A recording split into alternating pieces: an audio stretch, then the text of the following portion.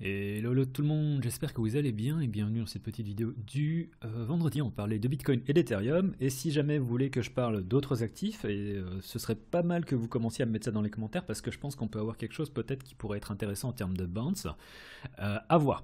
Parce que je pense que les alts contre BTC, si BTC maintenant se commence à vraiment faire une espèce de retournement, on peut avoir quelque chose d'intéressant qui se met en place aussi sur les alts, mais à voir ce qui va se passer contre les paires BTC par contre. Donc pour revenir à la vidéo de lundi on était ici, j'étais dans un log, je me suis fait ressortir sur ce rejet ici. Et sur ETH j'étais dans un short qui s'est bien passé, mais où j'ai ajouté en fait au bottom et en gros je me suis retrouvé à break-even. Donc cette semaine j'ai pris un truc du genre 4 trades et les 4 trades se sont terminés à break-even. Donc j'ai fait pas mal de trades, j'ai pris un ensemble de positions qui demandent un certain suivi et où j'ai perdu du temps finalement et je me retrouve avec un moral qui est, le moral d'un point de vue moral c'est compliqué parce que même si j'ai pas perdu d'argent, et ça c'est un truc qui est assez particulier, c'est je perds pas d'argent mais j'ai perdu pas mal de temps et je me dis waouh, j'ai charté, j'ai pris des positions, j'ai fait du suivi de position et tout ça pour rien quoi. Donc l'un dans l'autre j'ai l'impression que c'est même pire que de pas regarder les charts, de se faire sortir. Donc je crois que j'ai un peu abusé en termes de suivi de position dernièrement. Et bref. Là, BTC, ce qui m'intéresse, j'ai pas envie de shorter. Ce qui est en train de se passer, c'est pas mal du tout. Et on va regarder après aussi certains charts tels que tout ce qui est marché classique. On a un petit band qui est en train de se mettre en place. Sur le marché classique, je sais pas comment ça va se passer parce que comme j'ai dit, c'est pas mon marché. Mais BTC, soit on a une espèce d'acceptation ici, et une fois qu'on a la cassure des 41 000, acheter un retest. Donc c'est quoi? C'est encore le trade à condition d'avoir 3 setups. Le premier c'est l'acceptation, le deuxième c'est la cassure de ce niveau ici, et la troisième c'est le retest, et à partir de ce moment-là on peut viser les 42. Donc en termes de reward ratio, ce serait un truc de genre là. Pour aller chercher les 42K, voire carrément les 43. Je pense qu'on a la possibilité, je pense qu'on aura une réaction ici. Pourquoi? Parce que c'est une ancienne résistance, un ancien support. Ça va faire office de pivot, mais je pense qu'on peut aller chercher plus haut. Au-dessus de ça, j'en ai aucune idée et on va regarder les niveaux un à un sans trop se casser la tête pour le moment.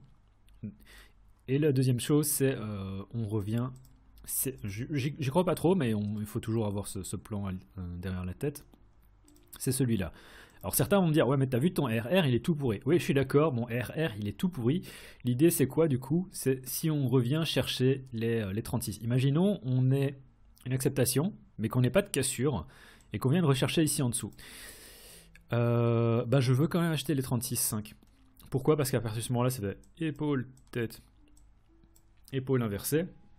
Avec bien sûr prise de profit ici, mais l'idée c'est de se dire qu'on peut venir former cette figure pour aller chercher plus haut, et les plus hauts c'est quoi? C'est les 43 dont je viens de parler. Donc ça c'est les deux idées par rapport à un log. Comme j'ai dit, je suis pas trop dans l'idée de prendre des shorts. Peut-être en intraday je verrai bien, mais pour aller chercher les 36,5. Mais sinon ça c'est ce que je verrai sur BTC. Donc soit on a une acceptation, on attend qu'on ait une cassure de structure de marché pour acheter un retest et à chercher 42 voire 43, soit j'attends qu'on vienne vers les 36,6 parce que du coup on aura eu un rejet ici pour viser à nouveau la partie supérieure, cette ancienne résistance, en espérant que du coup on ne fasse pas un truc comme ça, parce qu'à partir de ce moment-là je ne serai pas préparé. Donc voilà. Voilà, ça c'est pour BTC, c'est le scénario. Honnêtement, quand je regarde en hebdo, il n'y a pas grand chose à dire. Je vais prendre ce chart qui est un peu moins éclaté. On est encore entre ces deux niveaux. On est entre les 43 et les 36,5 qui sont assez incroyablement les niveaux dont je viens de parler qui sont les niveaux dont je viens de parler sur PrimeXBT. C'est assez bien, hein, 36,5 et 43 qui correspondent quoi à mes niveaux en 43, 36,5, ça correspond à mes niveaux en hebdo. Donc c'est assez bien. On peut voir que les niveaux que j'ai tracés, qui ici, hein, si on regarde en daily, on dirait que ça ressemble à rien, mais en gros, c'est quoi? C'est borne inférieure et borne supérieure du range. Donc, j'ai une convergence, pour moi c'est assez bien, et si on a soit une cassure ici du milieu du range, et du coup un retest, je voudrais prendre un long pour aller chercher la partie supérieure, soit acheter à nouveau la borne basse du range en me disant on joue le range. Voilà, j'ai pas grand chose d'autre à dire là-dessus, et en 4 heures... Ouais, en 4 heures, j'ai pas grand chose à dire non plus. C'est ce que je viens d'expliquer sur PrimeXBT. Et on va regarder Ethereum contre BTC. J'en ai parlé, j'en parle toujours, où j'ai dit voilà, je suis bearish sur ETH. Ceci dit, je vous avoue que ma bearishness sur Ethereum est en train de passer middle. Dans le sens où on est sur ce niveau là depuis on est entre les 0.7 et 0.68 sur Ethereum depuis déjà un mois et ça devient fatigant en fait de me dire que ouais on va aller dumper parce que moi dans ma tête je veux toujours qu'on aille chercher les 56 voire plus bas et ça devient un peu usant dans le sens où on n'a pas de réaction ici et je suis en train de me demander est-ce qu'on n'est pas potentiellement sur oh regarde ça c'est une figure et on trouve en fait du support sur cette droite de tendance. C'est pas impossible. Et donc à ce niveau-là, je suis en train vraiment de me poser des questions, de me dire, ok, ma bearishness, autant elle faisait sens, et on peut voir hein, que ça, elle faisait sens, mais là, il se passe pas grand-chose, et peut-être qu'il est temps de passer, si pas bull, passer neutre. Et là, je me pose vraiment des questions. Donc Ethereum BTC, en fait, c'est pas trop mal ce qui se passe. Et quand je regardais, je vais montrer ça en 4 heures. Je viens d'être interrompu, donc je ne sais plus du tout ce que je disais. Voilà, on avait ce support en 4 heures. On est en 4 heures sur Ethereum contre Bitcoin. On a support, support, support. Ici, on a perdu support, on réintègre, on a un truc un peu bizarre. Je sais pas trop comment est-ce qu'on peut appeler ça. Mais du coup, on part sur à nouveau une récupération de niveau. Ça, c'est positif, c'est un truc qu'on veut voir. En termes de... Et on va descendre d'échelle de temps. Je suis en 1 heure, hein, là je suis parti en 1 heure, donc si ça se passe pas, il faudra pas non plus m'en vouloir parce que comme j'ai dit, j'aime pas trop charter sur des échelles de temps trop petites.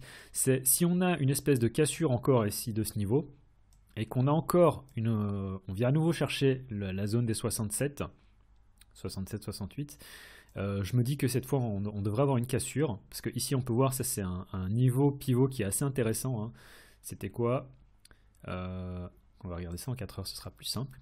C'est résistance, résistance, résistance, support, support, support, support, résistance, résistance, résistance avec un F4, résistance. Si on vient casser en 1 heure ceci et qu'on a à nouveau un retest des 67, je me dis qu'on est bon pour prendre un long, viser dans un premier temps cette résistance, et me dire que cette fois on a tapé tellement de fois dedans qu'on va aller casser pour aller chercher ceci. Et en fait, ceci, vu qu'on a aussi, si on regarde hein, ceci, ce niveau, on a tapé 1, 2, 3, 4. Si on tape une 5e fois dessus, je me dis qu'on peut encore le casser et en fait aller chercher plus haut. Donc on a quelque chose sur Ethereum Bitcoin qui me fait dire que voilà, au moins en 4 heures, en 1 heure, enfin en intraday, on a quelque chose qui se met en place qui n'est pas inintéressant. Mais il faudra attendre, dans un premier temps, qu'on ait une confirmation. Et la première confirmation, c'est bien sûr ce niveau. C'est un niveau un peu un bâtard.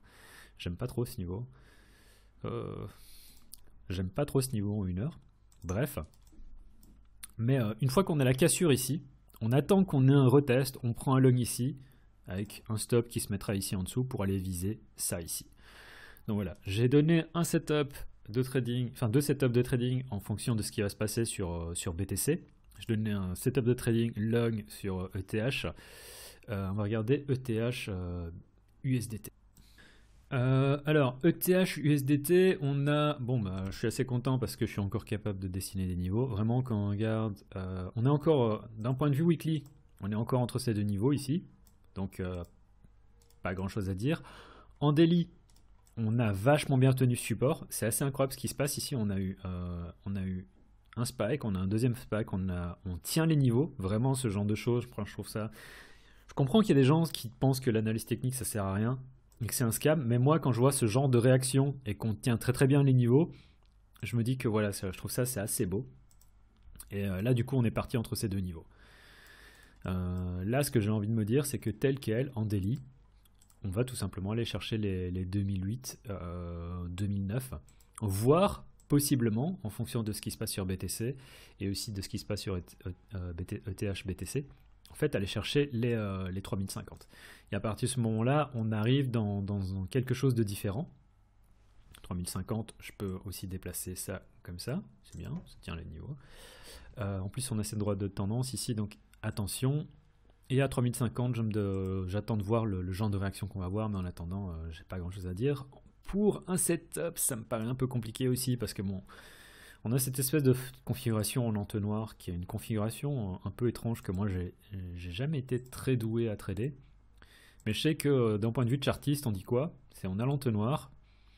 Quand on a la cassure, on va aller chercher la hauteur de l'entonnoir. Donc du coup, ça nous met au quoi? Oh, incroyable, ça nous met à la zone des 3000 dont je viens de parler. Donc ça, je l'avais pas calculé. Je viens de le faire en live. Enfin, en live, vous m'avez compris. Je l'avais pas vérifié. Mais donc, je trouve ça assez intéressant pour quand même être noté. En me disant que voilà, si on a quelque chose, ça peut être pas mal. Mais la même chose, c'est si on a une cassure, vous voulez racheter éventuellement ça. Je sais même pas si on va retracer en fait aussi bas. Parce qu'on a une droite de tendance comme ça. Je vais effacer ça parce que ça me perturbe un peu. Et du coup, c'est... Regardez ça en 1 heure. C'est déjà pas mal. Hein. Ça, c'est pas mal aussi. Hein. Donc, on a même une ligne de défense ici. On a une deuxième ligne de défense là.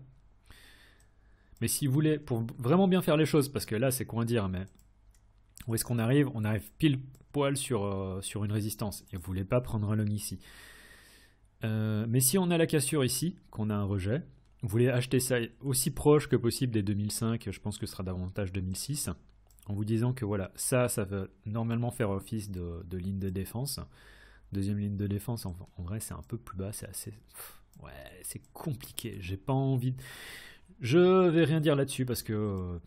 voilà. Pour les niveaux, si jamais vous voulez trader ça à ma place, c'est 2005, 2008 et 3000. Donc pour moi, c'est les seules valeurs. Si on se rapproche de ces valeurs, peut-être que je serais intéressé par prendre une position. Et en vrai, je sais pas comment ça va se passer. Je me sens pas super chaud pour prendre une position long. Si on revient ici, je considère qu'on est assez proche. Si on va faire un truc comme ça, peut-être en me disant que hop, hop, hop. Bon, l'épaule tête à un pôle inversé. Oh, si on revient en 2005, du coup, ouais, je prendrais bien un long en me disant le stop ici. Donc, en termes de long, ça donnerait un truc comme ça. Et je sais bien qu'on repasse à nouveau sous le niveau, mais voilà. Et à ce moment-là, chercher 2008, voire carrément les 3000, ça fait un joli reward ratio. Mais je sais pas comment ça se passait. En vrai, si on a déjà, il faut voir.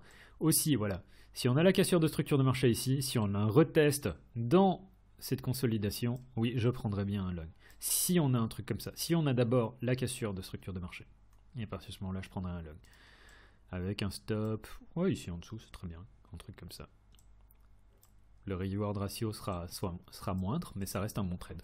Donc voilà, j'ai donné des idées de trade sur Ethereum contre BTC, Ethereum USD et BTC en vous souhaitant un excellent week-end. C'était Graph. Tchuss.